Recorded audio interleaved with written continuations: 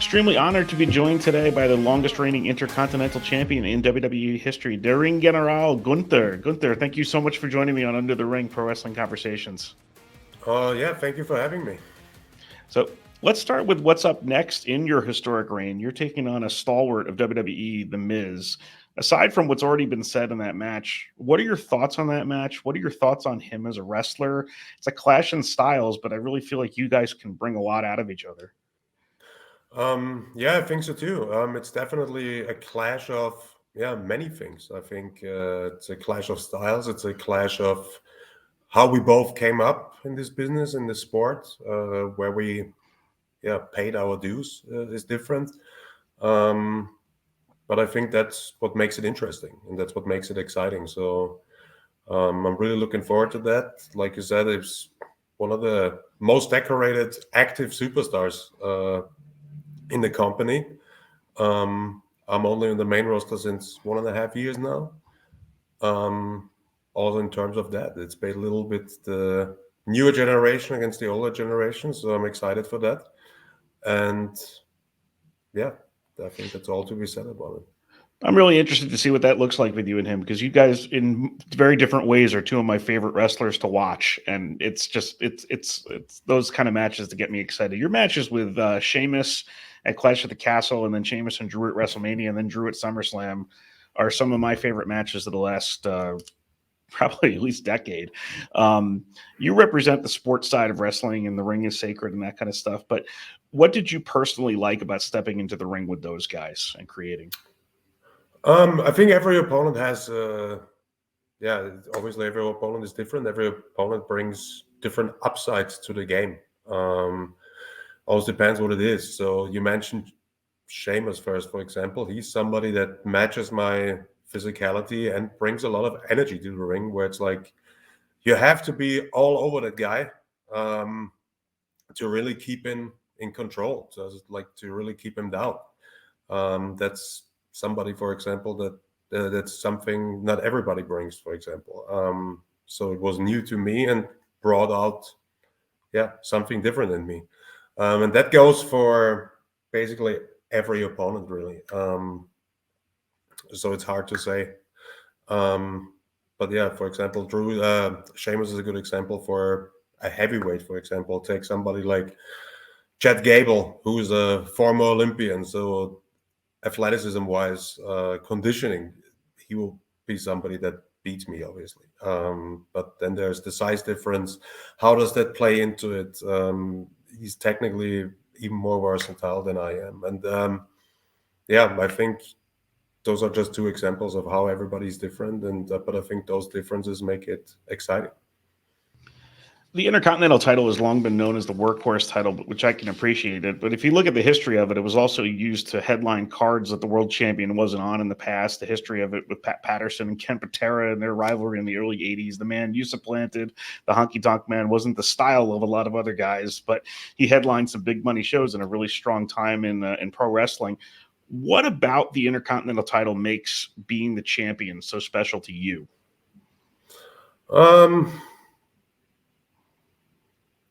I think the work and the performances I put into my reign is what makes my reign special. I think that's basically sums it up. I think it's one of the most prestigious titles, obviously, that lost a lot of steam in the last years. On the one hand, it's obviously on the management to decide how prominent that title should be featured, but on the other hand, it's also on the champion to put in the performances that forces management to present the title prominently. So I'm very proud of the work I put into it so far. I'm still in the middle of it, even though a lot of records have been broken on the way. But I would say the status it has right now and what makes it special is because I'm the champion and I put the work in right now. Did you have a favorite Intercontinental reign as a fan before you were a wrestler? Not really, no. Obviously, like when I was as a kid, I was watching WWE and a little bit older than two, but never to the extent where I would really be able to follow up like on a weekly rhythm or something like that. So it's hard to me for compare that, but also I don't compare it. Like Yeah. I could not care less if there's another wrestler before me or there's going to be one after me that has a better reign or a more exciting reign or something like that. I don't make those comparisons. It's a unique time in history where the Intercontinental title has become a main event title because of you. The tag team titles headlined a WrestleMania night last year, and it's really great when you can see those other championships in prominent spots like that. For me, the next progression with you would be the World Heavyweight title held by Seth Rollins, the Universal title held by Roman Reigns. I don't think you faced either one of those guys. You might have faced Seth Rollins in some live events, some dark matches, that kind of stuff. But how do you think you match up with those guys? And what kind of a challenge would that be for you? So yeah, obviously, there's room to grow, and whenever the time comes that I lose that title, and the time will come because nothing lasts forever. That's obviously the next logical step. I feel like, and there's a lot of room to grow into. Those two guys, yeah, I think that's very different. I feel like style-wise, a match with Seth would match better with me. But also, I think being in the ring with Roman are completely new challenges. I think I'm more similar to Roman than I am to Seth as a wrestler. But yeah, they both would be fantastic matchups, and the challenger would be happy to take on. And a match I've always wanted to see that I think a lot of people would too would be you and Brock Lesnar, just because I think as you can tell, I like the physical style of wrestling that you produce. So, and what would that look like? What would a match with you and Brock Lesnar look like? It's a good question. You never really know what you get with Brock, I would say. But it's definitely a match I want to have. I want to do. I feel like Brock is somebody that I kind of like class as, and I just made that my thing. It's like maybe my personal end boss. Maybe that's the guy that at one point I have to step in the ring to validate myself, if that makes sense. Yeah, I mean, he's kind of a ring general too, in his own way. Just the way that he commands things and the way that he kind of takes control of a match. Does, but in a very different style than you too. It's like it's still physical, but it's not maybe not as technical. His style changed a little bit after he came back from MMA, which I think it kind of had to. But I would love to watch you and Brock Lesnar. So if we can make that happen in any way, that would be phenomenal. What's it like for you living in the U.S. now? You were such a stalwart on the European scene for such a long time, and then in NXT UK, and I'm not sure that a lot of fans ever dreamed that you would be here in the U.S. What's it been like for you? Yes, I mean, I would say so far so good. So it's a little bit different moving out from the continent you grew up in to a completely new place, and even though society is very similar, I feel like there's still some differences that you have to get accustomed to, but I blended in very good, I think, in life over here. And there's not even, but to be fair, there wasn't even too much to blend into because the 2 or 3 days I'm home a week, it doesn't really matter where I live for that, to be honest, because I'm not leaving my house much during those days. Very good. What's the best part about being from Austria? The best part? Best part about being Austrian, I think, is being raised understanding that life is about it's not just about grinding and hard work, and being raised to you need to enjoy this life as well. I feel like that's something that gets lost in some other cultures around here, where work and make it is like the biggest focus. But in Austria, and maybe I'm a little bit how do you say that? Maybe there's some favorism to Austria by saying that, but I feel like culture in Austria in that sense is always about enjoy your life, value what's important to you, and yeah, it's a very down-to-earth society, paying a lot of attention to the most important things in life. Very good. That said, have you been able to kind of enjoy what you've been able to accomplish both in your career before and during WWE, considering that if you're looking at life that way? As of right now, to be honest, it's no, not really. Like, obviously, financially, that has an impact on your life, but when it comes to the things you achieve or something like that, I don't know, I didn't allow myself to lay back and kind of like, yeah, enjoy that for a bit, like enjoy a moment of like, "Ah, you accomplished this, accomplished that," because it's not the right time for that now. There's a lot more stuff that will happen in my career in the next years, and once it's all said and done, I can lay back and reminisce a little bit and enjoy it again. That doesn't mean I don't enjoy the journey now. I do it a lot, but my focus is not on the prize, and my focus is on getting better and being better than I was a week ago.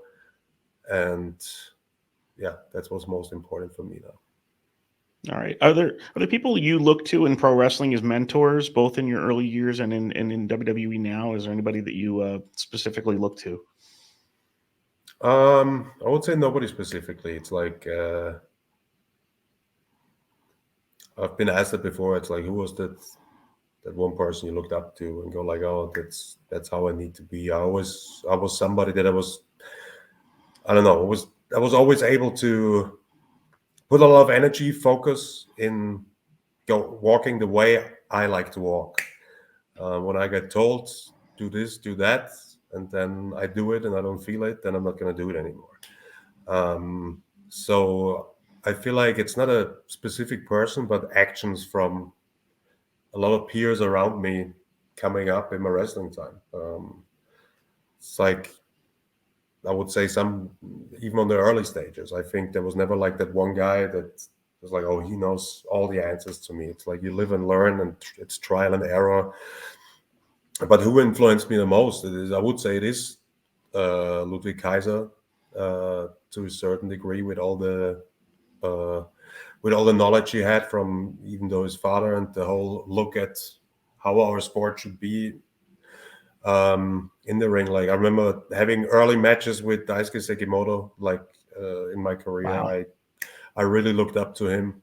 I learned a lot there. Timothy Thatcher is somebody that I learned a lot from working with him. Zack Sabre Jr. would be somebody that I wrestled throughout my career. Yeah, just to mention a few. So it's really your shared experiences, and your match with Ilya Dragunov at NXT UK was, I think, what put you on the map for a lot of WWE fans. What did you think about the positive reaction to that match? It was so unique. Yeah, it was fantastic, and I think especially back then during COVID, when the empty arena shows were a thing, that benefited us. I think that looking back, and they would have given me the choice between, you want to do that match in front of a full house or an empty arena. I think I would say, looking back, I'd take an empty arena again, because I feel like that's what it felt a little bit like. Two guys wanted to sort out something, and they locked themselves into a room and just got it done. The noise, the emotion, and that kind of stuff too. You could hear every shot. You could hear every groan, as it went on. Yeah, it's like little stuff. Like at the end, you get exhausted. You hear both heavily breathing, and it's a struggle. You can relate to that even more. So I think that it's just one of those cases, right place, right time. And I'm glad it happened how it happened.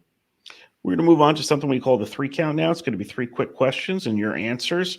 First question: who received the hardest or loudest chop you've ever thrown, and when was that? I can't answer that, but I'm going to promise from Saturday, from Survivor Series on, it's going to be The Miz. Nice. Very good. Second question, and this is based off of a clip of you that sort of went viral. What's the most fun part about a traditional Indian wedding? The most fun part? It wasn't a fully traditional wedding, Okay. because my parents are Austrian. We Right. Austrian, so we mixed it up a little bit. But I would say, obviously, the dancing. Like I think Bhangra is great music to party to, and yeah, and I think in just general from how I saw it and how I got told about it, Indian weddings I think are supposed to be just a big party, and I think that's what a wedding should be.